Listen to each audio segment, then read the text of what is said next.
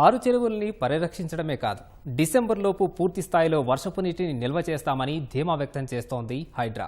అదే నెరవేరితే రాజధానిలోని నీటి వనరులకు మంచి రోజులు మొదలైనట్లే. యుద్ధ ప్రాతిపదికన మొదలైన చెరువుల పునరుద్ధరణ ఎప్పుడెప్పుడు పూర్తవుతుందా అని నగరవాసులు ఆసక్తిగా ఎదురుచూస్తున్నారు. కబ్జా కోరల్లో చిక్కుకున్న చెరువుల్ని రక్షించడమే కాక వాటి పూర్వ వైభవాన్ని హైడ్రా తీసుకుంటున్న చర్యలు మరిన్ని చెరువుల పునరుజ్జీవానికి ఆదర్శంగా నిలుస్తున్నాయి.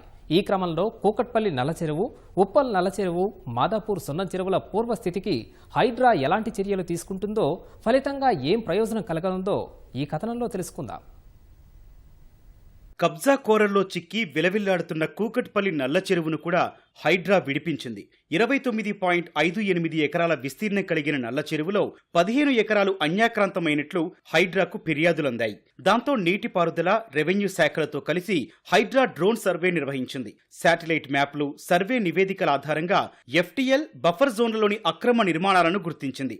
బఫర్ జోన్లోని 4 ఎకరాల్లో 50కి పైగా పక్కా భవనాలు, అపార్ట్మెంట్లు, ఎఫ్టీఎల్లోని 3 ఎకరాల్లో 25 భవనాలు, 16 వాణిజ్య అవసరాల కోసం షెడ్లు నిర్మించినట్లు గుర్తించింది.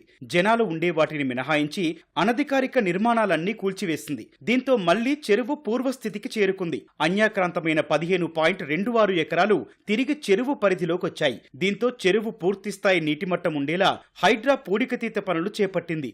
డిపిఆర్ ప్రకారం అత్యంత సుందరంగా నల్ల చెరువును తీర్చిదిద్దే పనులు జోరుగా సాగుతున్నాయి. కూకట్పల్లి నల్ల చెరువును పూర్వస్థితికి తీసుకొచ్చేందుకు హైడ్రా చేస్తోన్న కృషిని స్థానికులు అభినందిస్తున్నారు.